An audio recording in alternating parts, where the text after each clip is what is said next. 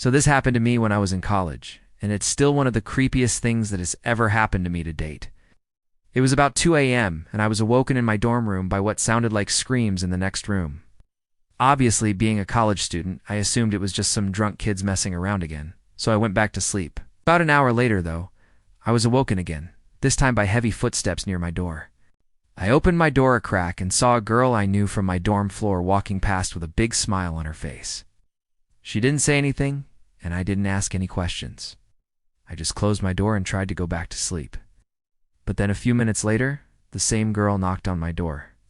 I opened it, and she asked me if I had seen a girl matching her description walk past my room. I said I think I did, but I'm not sure.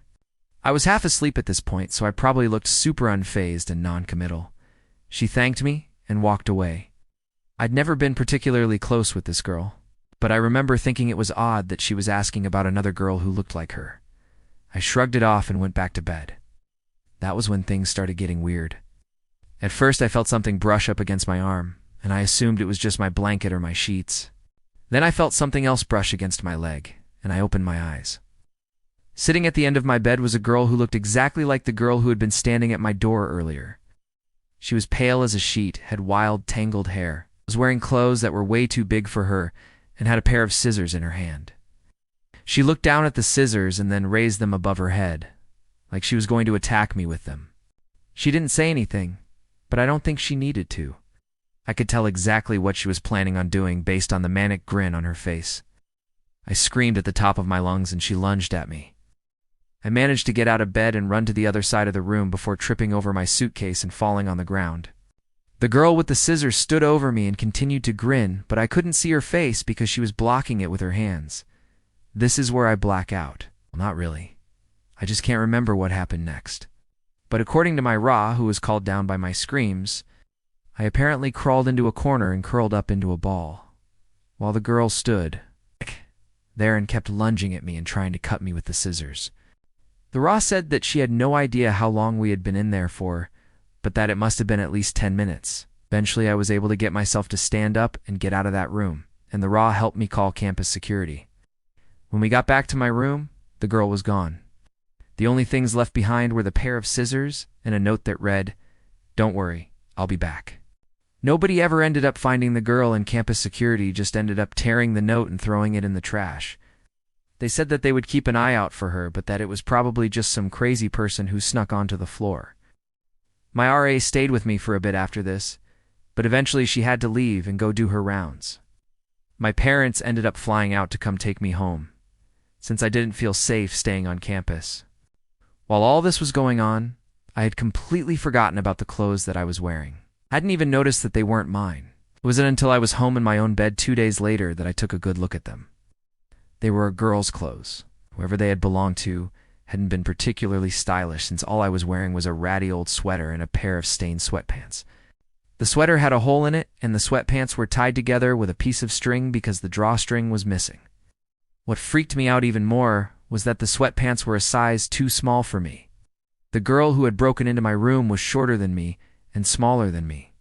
So why had she left these clothes in my room? I thought about this for a long time and came up with a couple of theories. Maybe she wanted me to wear them. That seemed kind of unlikely, though. Why would she want me to wear such ugly clothes? And why wouldn't she have waited till I changed into them instead of trying to attack me with scissors? Maybe she needed me to find them and put them on so that she could hide in them afterwards. I honestly don't know why I thought of this, but I'm pretty sure that I didn't do it. I mean, I guess it's possible, but I didn't do it. I remember freaking out and telling my mom everything about those clothes as soon as she came into my room. She told me not to worry about it and to try to get some rest.